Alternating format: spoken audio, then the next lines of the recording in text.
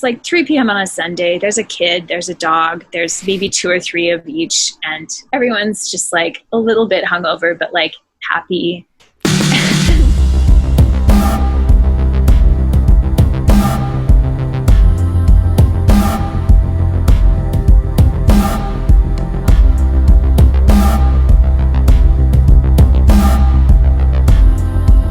How do you determine when you sort of arrive? The songs that I've been writing, what I write again and again. Words we use. Sometimes I have my own way to go, my own songs and my own. I've thought very deeply about the lyrics. Art is about human expression. Lyrically speaking. Lyrically speaking. Hello and welcome to Lyrically Speaking. I'm your host, Sam Boer. Thank you for joining me today. On this episode, we're going to be chatting with Nennen, a Montreal-based Depth-Metal artist who creates these beautiful, sprawling, emotive pieces.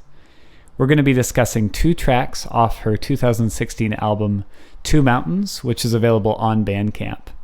And if you like what you hear, if you enjoy our chat, you can catch Nennen performing at 2 events coming up. The first one is the Flourish Festival. Nennen will be performing on Friday, September 11th, along with just an all-star roster of acts, including a couple of previous Lyrically Speaking guests like Palmer and Jane Blanchard. And you can also catch Nennen at Noise Sunday, which is an online event taking place on October 25th. So you can find all the details about that on Nennen's Facebook page. Link in the description. So here is my interview with Amy MacDonald AKA Nennen. Hello, Amy. How are you doing? Hello, I am all right. How are you? I'm doing all right too. It's just cold enough that I can have a big bulky sweater on, so I'm happy about that. Perfect. So excited for layers. Yeah. I want to start the show the way we always do, which is with a little bit of word association. So, Amy, I'm going to say a word or a phrase off the top of my head, and I want you to just say a memory or a story, whatever pops into your mind, okay? All right. No wrong answers. Sounds fun. Okay. All right. Let's start with raccoon. Bandit. Do you have a lot of raccoons around your apartment?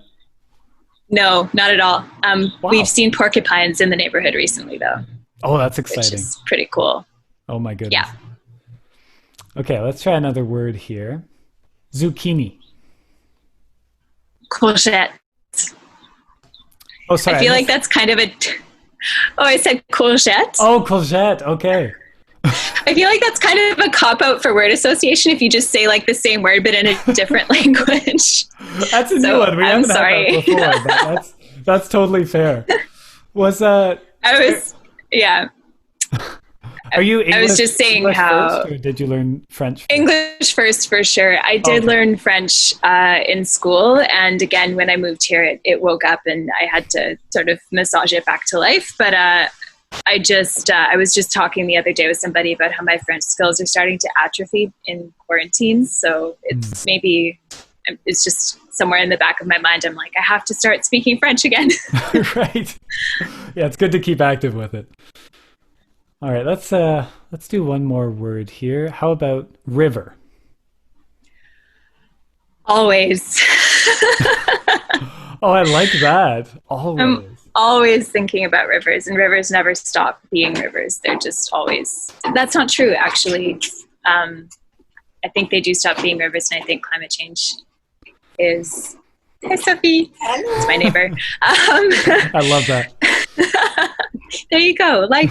on the balcony. Yeah. I mean, I think it's sort of the eternity of a river we could take for granted, and but they certainly have the sense of being just a forever thing to me, always flowing. That's beautiful. Do you have a favorite river you visited? Oh, it's really special to you. I have a few that are really special. One is the North Saskatchewan River in Edmonton, where I grew up and lived until I was 22. And one is also the St. Lawrence, which I now live very close to and have been visiting pretty regularly since the pandemic started, just trying to go get out of my head and metaphorically or literally throw myself in a river. Right. Yeah, it's great not being able to think about anything else when you're just swimming an afternoon. Totally. Oh, great. Well, thank you for joining me, Amy. I wanted to start by talking a little bit about how you've gotten here, how Nennen started. And I wanted to take it back to before the inception of Nennen, just when you really started to get into creating music in Edmonton. So you're in your early 20s, and I saw you made this wonderful post in which you said you had friends who saw something in you that you were too afraid to make eye contact with on your own. What was that time in your life, and what did those friends convince you of?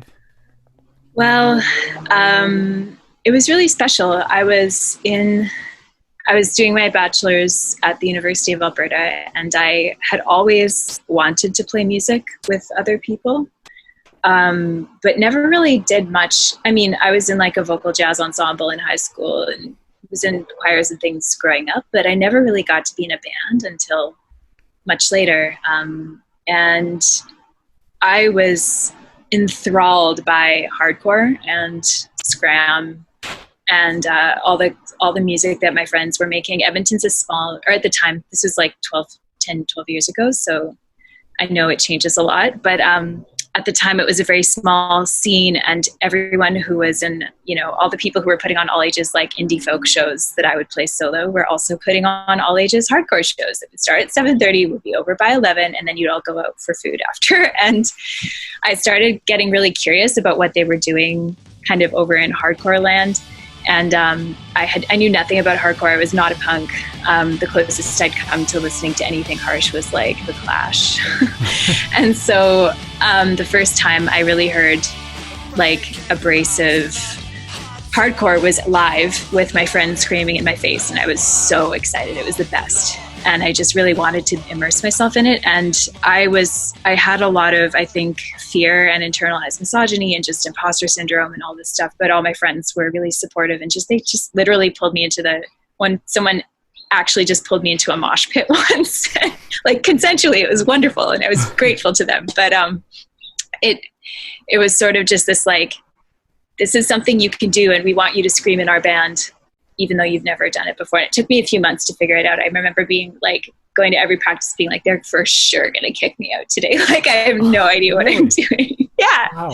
But of course they didn't. Because they're nice. It can be hard to, I understand that though. It's such a funny thing, right? When people are so inviting and saying, yes, like you can do this. And you still have to push back and say, well, no, this isn't my world. Like, this isn't what I know before. Getting over that. Yeah. Is really tough. And I find that I do get a lot of my confidence and validation, which isn't always healthy, but I really have trouble giving it to myself sometimes. So I do kind of calibrate myself against what other people perceive or what other people think I'm sort of good at or capable of. It really helps to have those data points outside myself. Did anyone give you any really good advice at that time, or say anything in particular that stuck with you? I don't remember a specific moment or a specific sort of advice moment, but it definitely was like, there was a lot of patience, and sort of like people would feed me music. Like people would, like people were like, listen to, Circle Takes the Square, listen to Me Without You, listen to Rain, and just sort of talking about all this music and hearing what I thought about it, and then giving me other sort of things to listen to based on what I was interested in or responding to, or the vocal style that I wanted to emulate. And it was a really sweet thing, because I always had this feeling like I should have already listened to all this music already. I should already know about this stuff, because everybody else has been going to all ages shows since they were, like 12 or 13 or younger. And I've never worn, like at the time I essentially didn't know anything about punk. I had a physical aversion to black clothing. Like I just felt like I really didn't fit in. But everyone was very patient and gave me lots of like specific ideas and pointers. But yeah, I think it was more a general environment of like support that remember in that way.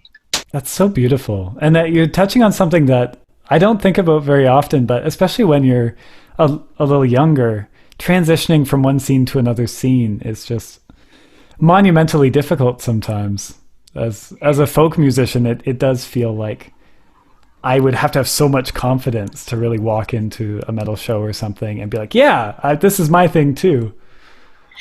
Yeah, and that's the thing, is that I think part of that is real and founded, and part of it is like in your perception maybe, and perhaps in certain scenes it's more one than the other. You know, like there's certainly some scenes that are very exclusionary and very, you know, like oppressive and very discouraging of new people and new ideas, and that really sucks. I got lucky, and my experience was probably influenced by a lot of factors in terms of like my identity and, you know, my friendships basically having been established before and all of this. But yeah, it can be intimidating, but when people open up to you, it really kind of like it connects, or for me, what it did is it connected some neurons of like, okay, so I can be like, music is kind of the one place where I can like be really brave.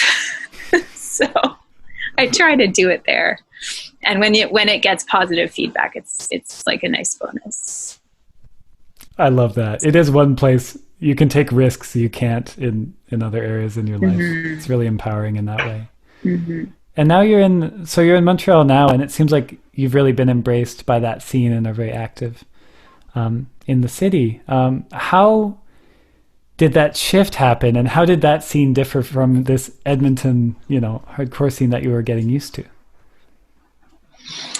Oh, that's a good question. I came here and started my master's degree and had a couple of years where I just didn't really play much music. I sort of lost touch with that part of myself. And when I started to get it back again, it was actually through like playing noise jazz.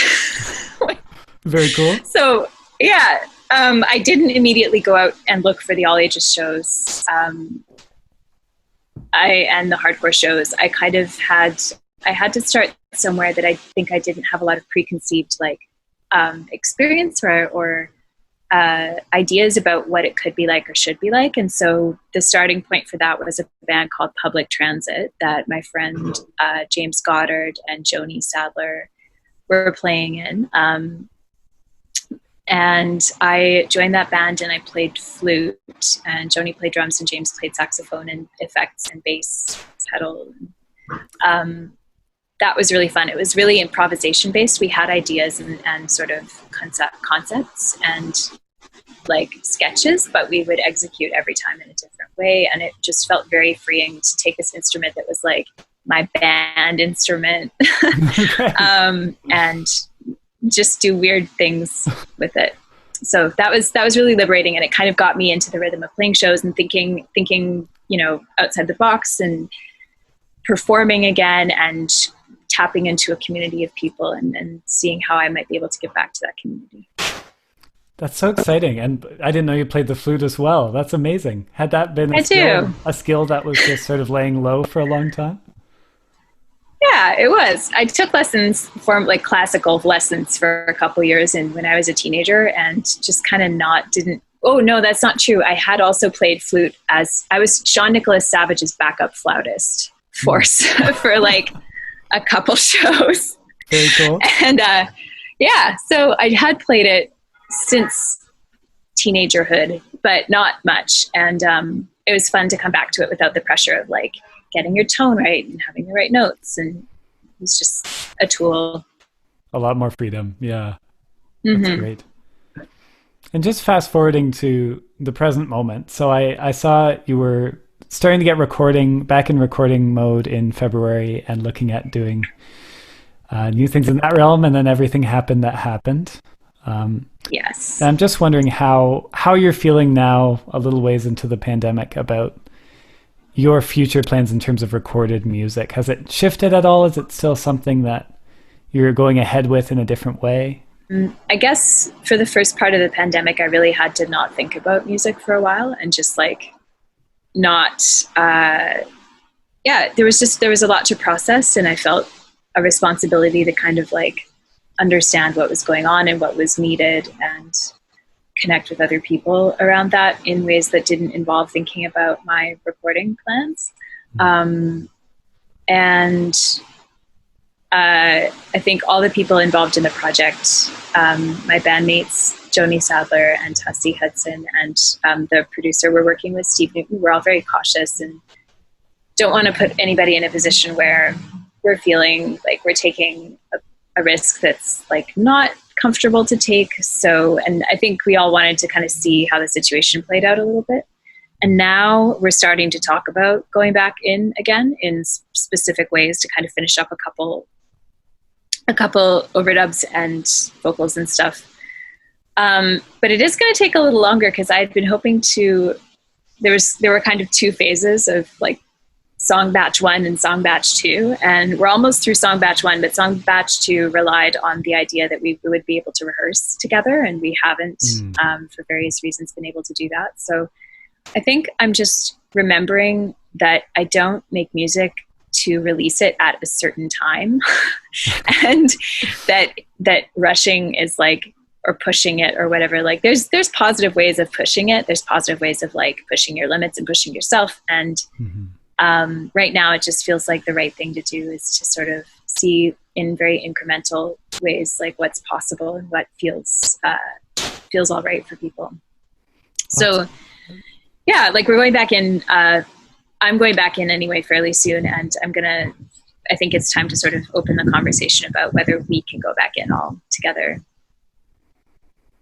That's great. You're all getting on the same page about it and being so open about it, as a good band is for everything, but especially in this moment. Yeah, I care about my friends and I want them to feel secure. And singing is like the worst thing you can do for it also, apparently. Of course, yeah. So, yeah. Oh, I'm glad about that. I've been having some fun talking with a lot of touring friends recently about just a few of your memories shortly before COVID hit in terms of live shows.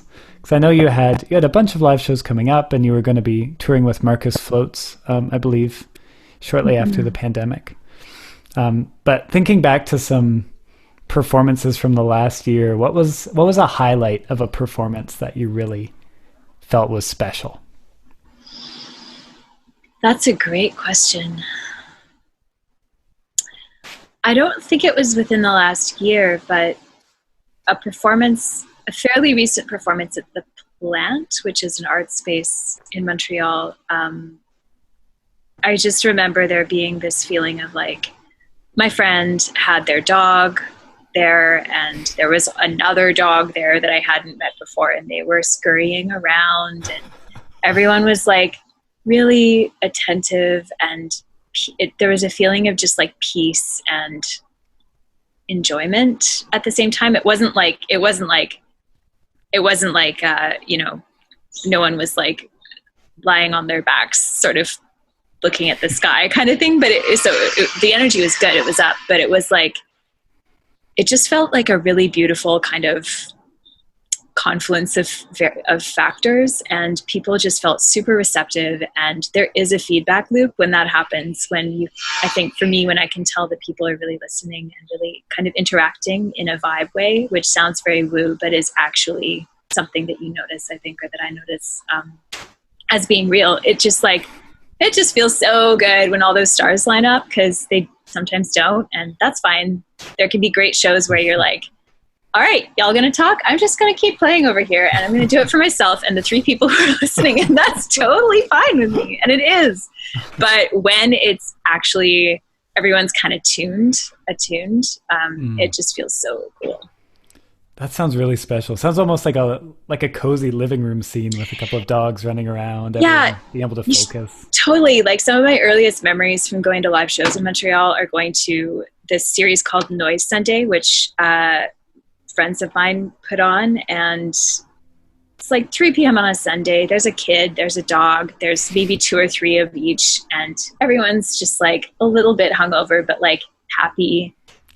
And like, that's what you want. That's perfect. Yeah, it's so nice. Yeah. Oh.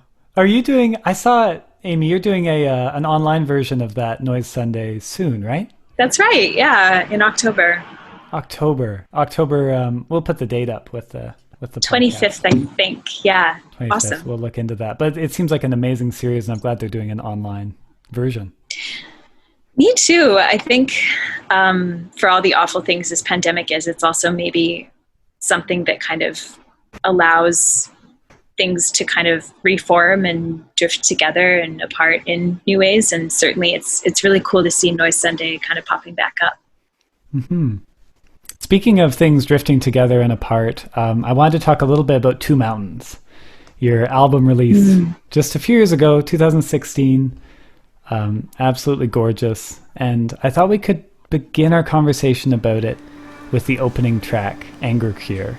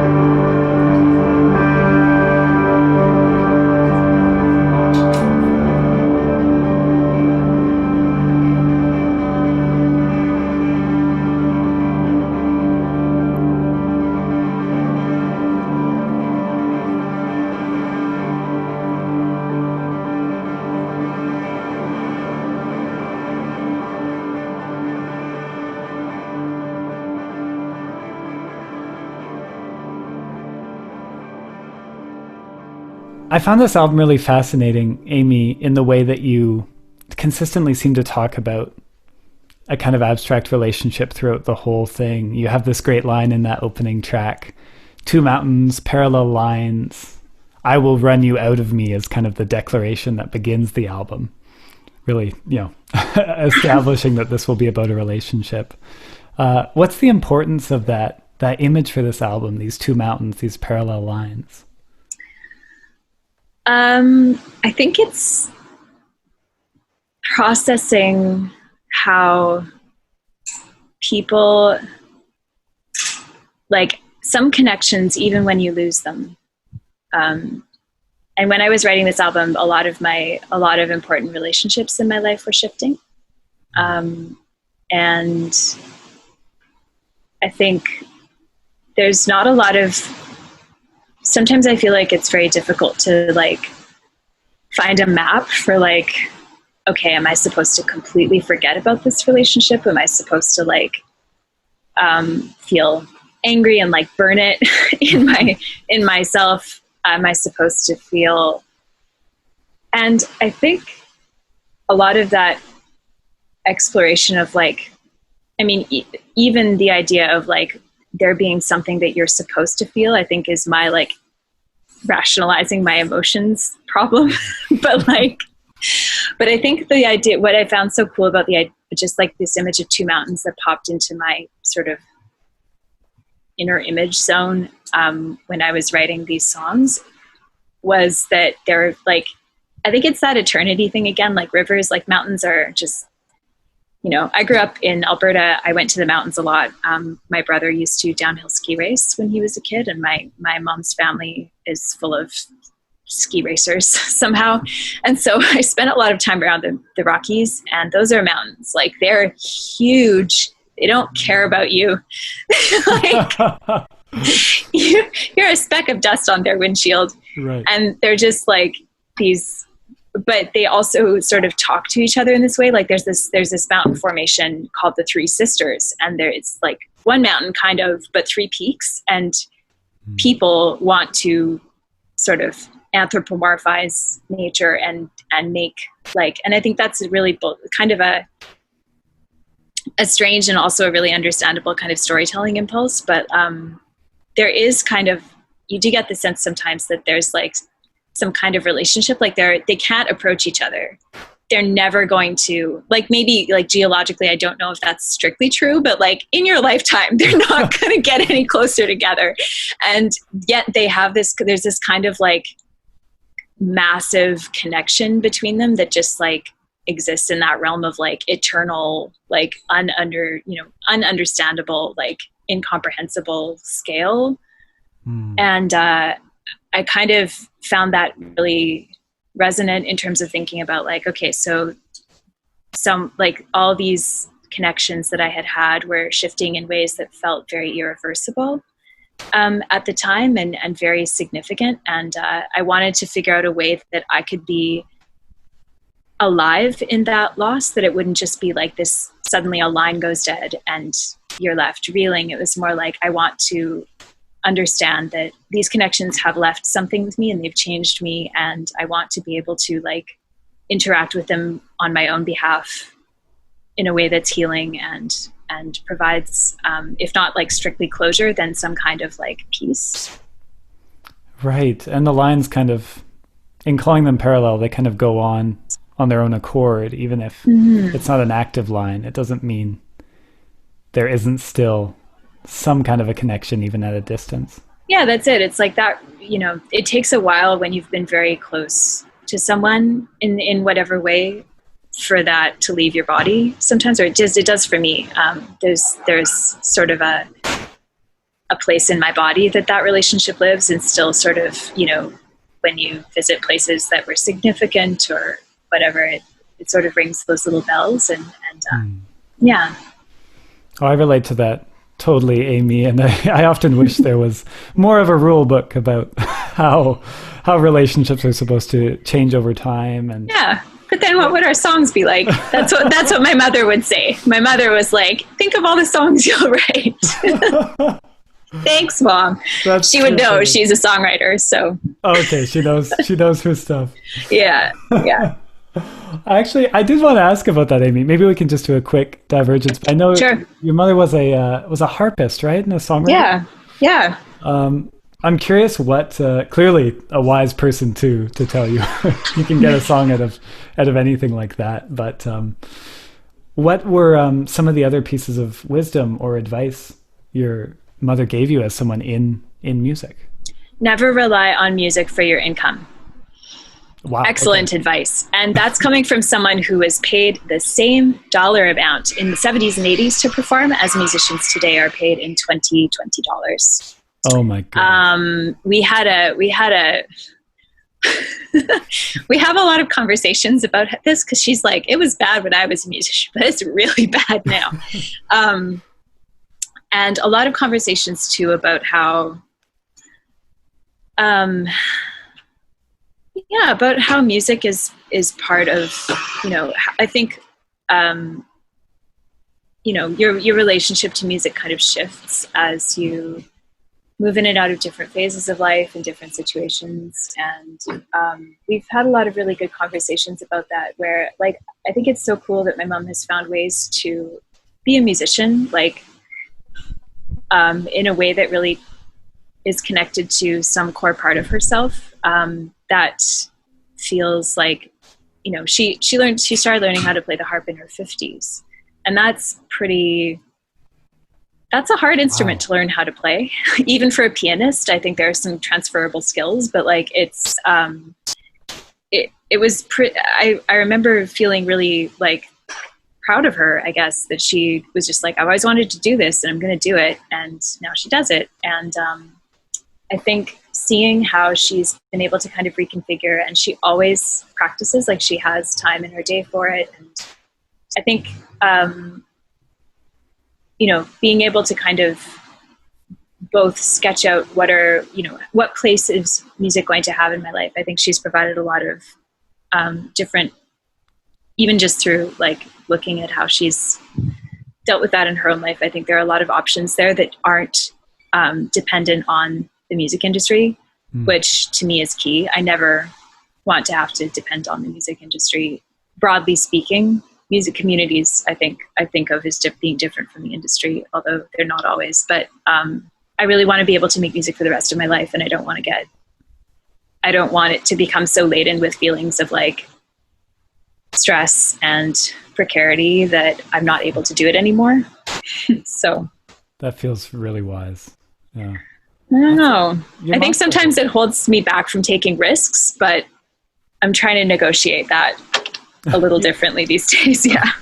You're playing the long game kind of, because it's so, if you want to be part of your life and you want that kind of security, you have to really negotiate how much you put on the line to make music consistently. That's a really hard thing to navigate, especially at this point in time. Yeah, for sure. Now, do you have the same musical proclivities as your mom? As in, if you take up a new instrument, are you also firm about practice? You're rigid about that sort of thing? I have a really complicated relationship with discipline. Fair enough. So I hated practicing when I was a kid. I hated it. I hated it so much, but I loved writing. I would sit for hours, literally, in our basement with my mom's DX7, just holding down one key on the like drone, the beautiful like Beverly Glenn Copeland tones, and I would just hold down one key and hum for hours, and I never got bored of it. I was always writing music. I was always like toying around with writing, but I hated practice. I hated getting technically proficient. And I think it was partly because I was super disciplined with school, and I just needed an outlet. I didn't need like another thing to be stressed out about being good at. And songwriting felt like I couldn't let myself think about getting good at it. I just had to do it. So that was the thing that I always gravitated to. And even like, I think that's kind of endured in a lot of ways. Like I for sure have had periods of time where I'm really like, I do sit down for like an hour a day, non-negotiable, and practice or write, but that has to come from a place of desire. It can't come from a place of discipline. I've just like had to learn that for myself. But it is also something where like the discipline, if I can cultivate the conditions for the discipline to come naturally for me to want to work really hard and want to perfect a song or a skill or like a riff or something, that feels amazing. So yeah, I can't like superimpose it, but when it happens, it's definitely something that I know how to go with. Right. Okay. So it kind of has to come from a place of passion and excitement, but then you can kind of mold that into practicing to perfect something to get some way to show. And I've often wondered if that's kind of princessy, like, oh, I need, the sort of like, I need the lightning to strike or whatever. But like, I think I'm such a perfectionist that sometimes if I do get into the sort of like self-punishment kind of discipline, it backfires. So I've had to learn to be gentle with it and kind of cultivate, like I was saying, like just make sure that the discipline is free to emerge because it's there. I want to be good at things. I want to do things better. I want to discover new possibilities. And if I let myself just go with that feeling, then the sort of regularity and pursuit of excellence, whatever that kind of comes as a result. Right. I think that's beautiful. It's good to know that about yourself. And I love that the story you told, Amy, illuminates two very important things about your music, I think. One, your love of drones, which clearly started at a young age, which I love. And a bit of patience, too, your willingness to explore and allow a piece to drift and mold itself however it wants to go. So who knows? Maybe it started at a young age. It definitely started at a young age. Yeah. I did want to ask about your songwriting process for songs like those that are on Two Mountains, because they do have this beautiful, slow unfolding. They feel very organic. We just talked about sort of going with whatever passion guided you, but is there a particular method that you tended to use for these songs? No. Okay. I kind of expected it, but I had to know for sure. Yeah, so like, it's different every time. Sometimes it's like, boom, song, cool, what? And that is rare and pretty wild when it happens, because that's definitely not, I would say that's like on the like not normal end of the spectrum for me to be able to write a song in a few days. Mostly, I guess the method is just like getting an idea or hearing a word or like having a sort of abstract, like I want to write a song that does this kind of thing. And then taking that with me out on bike rides and visits with friends and like walks home from places and letting it just kind of percolate. This is another thing that I've really thought about, trying to push myself more to write songs in more of a like pushing through the idea the instant it comes to me kind of thing. But I don't know, I'm curious about what that would do, but I also am very at ease with the idea that writing songs sometimes takes months or years. What's the longest amount of time it's taken to finish a song? Probably like 2 or 3 years for songs that I have finished. And then there's a couple songs that I've been writing for literally like 5 years that aren't finished yet. It's just like this really persistent, this one, I'm thinking of it now, this one persistent idea that I'm kind of suspicious of for reasons. It's just like grown with me as my understanding of what that song is actually about has grown. It's like, I thought it was about one thing and actually it was about something else that I hadn't really interrogated yet. And yeah, so it might never be finished. So we'll see. That's the tricky thing about these constantly evolving songs, but it's so beautiful when it can be, you think it's about something and then 2 years later you realize, oh, my life has changed, I've realized this. I wanted to talk to you about just one other song. We'll jump to the final song on this album, and I'm not sure how to pronounce it, to be totally honest, Amy. Villeray, is that how you say it in Montreal? That's pretty cool. I think the thing I hear my Anglophone friends say is like Villeray, but I think in French it's more like what you said. I always toe that line. I'm a French immersion student who does not practice French often enough. But I adore this piece, and it seems like a really interesting way to end the album, Amy, because it brings it to a very particular location. It's speaking of one particular person and just imagining them in different situations.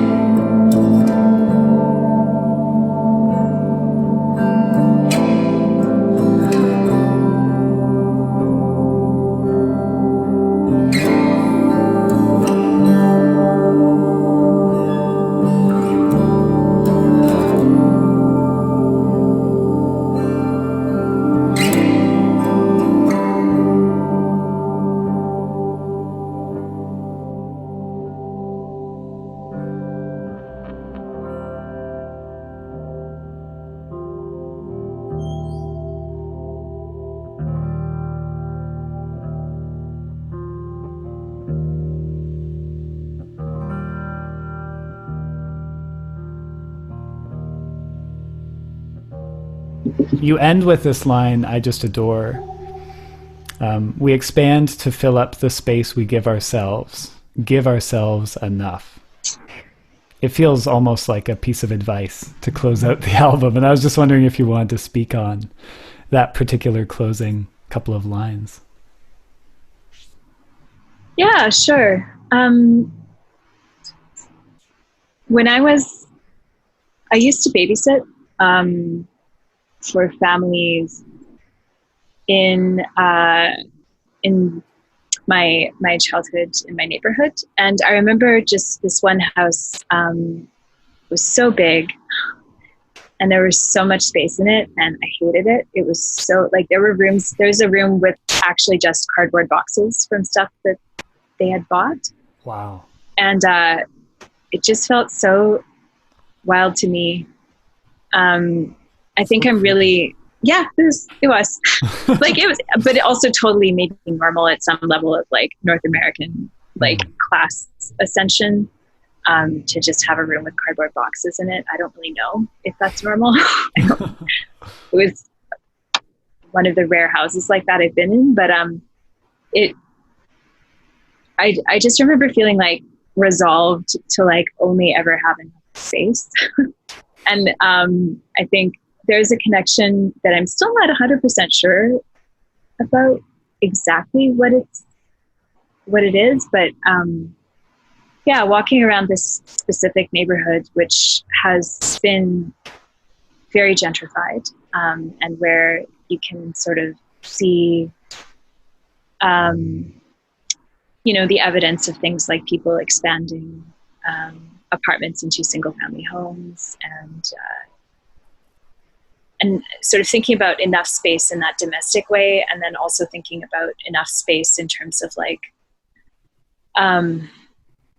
within a relationship or the loss of a friendship or a partnership or whatever. Like, what does it mean to give each other space, and what does it mean to change the form of space around you, and to be grateful for space that you have now that you didn't have in other sort of formations of that connection. So yeah, I guess I was just thinking about thinking about space as something that is active and that has like an active role in a connection or a relationship. And then, overlaying that with like running through Villeray and just feeling like, wow, there's so much wealth here. It's that connection is kind of obtuse, and I'm not trying to make a smart, incisive point about gentrification or anything. It's just like the sort of mental image of it is sort of alongside thinking about space. I just wanted to wrap up the way we always do, Amy, with just with a few speed round questions. So Okay, I'm ready. These are questions we could talk about all day and night, but I want you to answer them just as immediately as you can, okay? Sure. All right, so what is one non-musical literary work that has inspired you as a musician?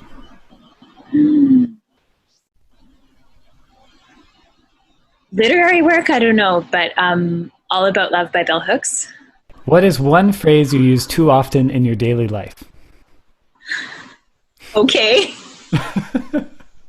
I always like when I'm getting too lost in my mind, I do this like, okay. And my partner makes fun of me for it rightly because I do it like 20 times a day. I love that though. It's like a little resetting for yourself. Yeah. What is one question you wish an interviewer would ask you that you've never been asked? Oh, good question. I